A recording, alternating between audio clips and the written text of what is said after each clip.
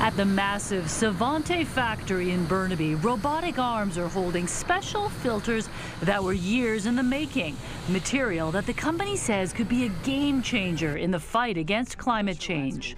And it all started in this engineer's garage 18 years ago. The biggest culprit for climate change is actually CO2 going into the atmosphere.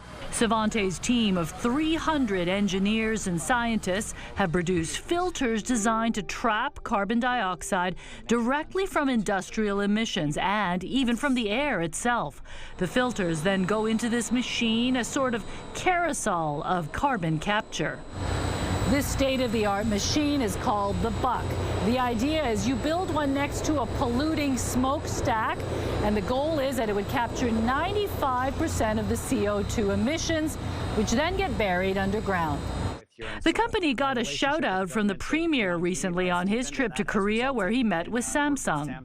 They partnered with a BC company called Savante around carbon capture technology. It was developed in British Columbia. It'll be deployed around the world.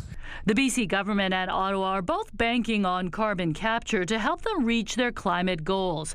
BC and the Canada Growth Fund have committed more than $140 million to Savante.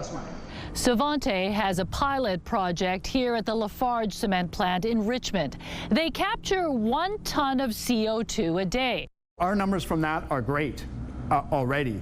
That's allowing us to design the commercial plants. The Lafarge pilot is dealing with just a fraction of the plant's emissions. Savante doesn't have any commercial carbon capture projects up and running yet. The process is expensive and takes time. Another concern for environmentalists, carbon capture has been around for decades, but has a history of under-delivering.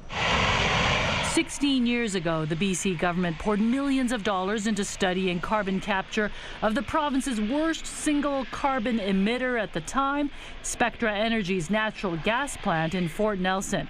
Despite high hopes, the province says it's been on pause for several years.